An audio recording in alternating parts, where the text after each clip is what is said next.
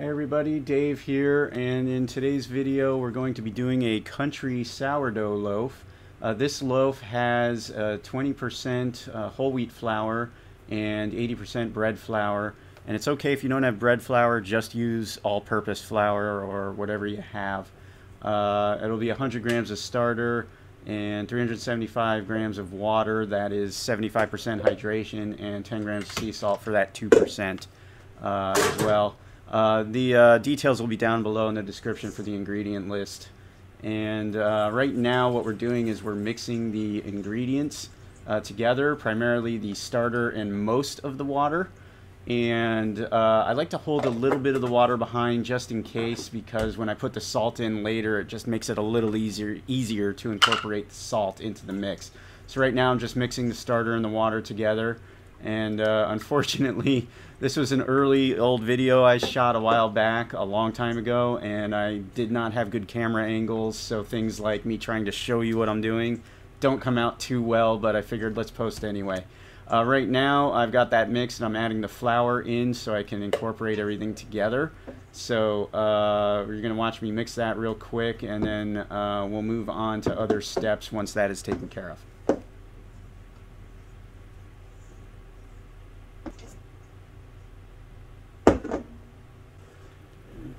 Alright, so in this part we've let that mix auto-lease for about an hour, just so it can build itself up, it get established and do what it needed to do. And I'm about to add the water and the salt. So the water's going to go in, well, the salt's going to go in first, and I'm just sprinkling that around to get it all over the top of the dough, and then the water as well, just to make it easier to mix it all together. And that's what you see me doing here.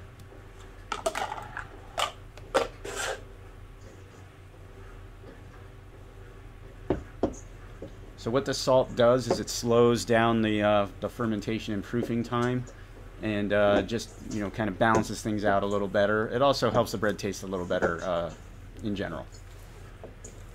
And so right now I'm just getting it all mixed together.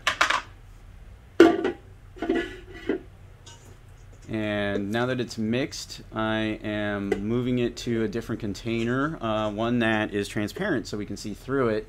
And in here, what I'm going to do is stretch and fold coming up soon, and I'll show you a little bit of that, and then after that it'll be the bulk fermentation. So real soon, right now I'm just getting a rubber band on there so I can tag the height of it currently. I've done this a lot, so I always know about where it's going to be in my containers anyway. And in this part, we are now doing our first stretch and fold, which is about 30 minutes in. So I'm grabbing an edge, pulling it up, stretching it while cupping my hand, and then folding it over to the top and the other side of the dough. And I'm just circling around, getting a stretch and fold in for each side. You can do quarters or sixes like I usually do, just to make sure you're getting good stretches in, folding it over, and really capturing the air inside the dough and helping build out that structure even further. So we're going to do that 3 more times, and I've sped up the video because I didn't need to show it 3 times in a row. It's basically the same thing. So that's what you're seeing here, just real fast playthrough. And it'll be done in a sec, and we'll move on to the bulk fermentation period, which is, I think I'm about done with the last stretch right now. Yeah, so now it's bulk fermenting, and I'm just showing some quick shots over a few seconds of what took about 3 hours. For me, it's a 3-hour average. It may be longer or shorter for you, depending on where you are, what ingredients you're using, the humidity, and a lot of factors.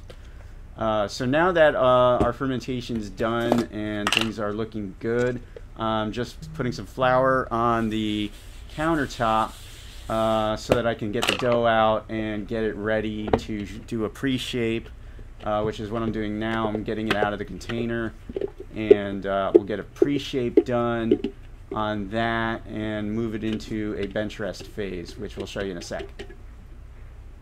I guess I will show you in a sec. There's no we here, just me. Alright, getting it ready.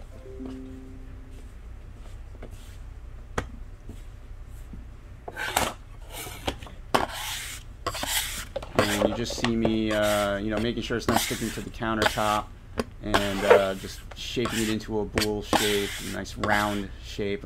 Again, I apologize about the camera angles. You can't really see too much of it too well. It's definitely not the worst I've done. And once we have it into shape, which it looks like it's just about there, we're going to cover it for the bench rest. And I'm using my favorite cover. It's just a light towel. But I got this from Grist and Toll. It is a flour mill down or up in Pasadena from where I am, and they have the best flour. All the pastry chefs in LA get their flour, personal flour, from these guys. I do as well. Great stuff, and link will be down below in the description for them. All right, so now that the bench rest is complete, you can see that the dough has gotten bigger. It held its shape really well. That's a good sign. It expanded, but it didn't go flat on me. So just doing a little bit extra flour on the top to make it easier to work with. And what we're going to do now is we're going to grab it, so just make sure it's not sticking to the countertop again with our bench scraper. And flip it over, and then I'm going to stretch it out a little bit to kind of a triangular shape. This is the current shaping method I'm using right now on this particular video.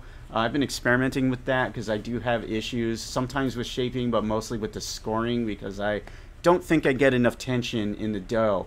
So I fold over the two sides onto the center, and then I pull from the top and then stretch and kind of tuck it in and roll it over and create this shape, which fits in my basket nicely, and just dump it in. Now in this case, the result wasn't too bad when it came to scoring.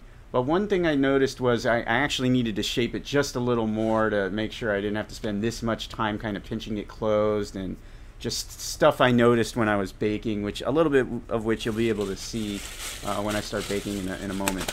And so we're in the basket now. We're covering the basket so that we can proof it. And for me, I don't always do a hot proof, and I call it a hot proof, which is just room temperature, because I'm usually not baking on the same day. I kind of prepare first, proof it overnight in the fridge, and then bring it out and bake it first thing in the morning on the day I'm going to eat it, really. So you can see it held its shape in the basket really well, did nicely. I'm scoring it now, and I got a pretty good cut on there.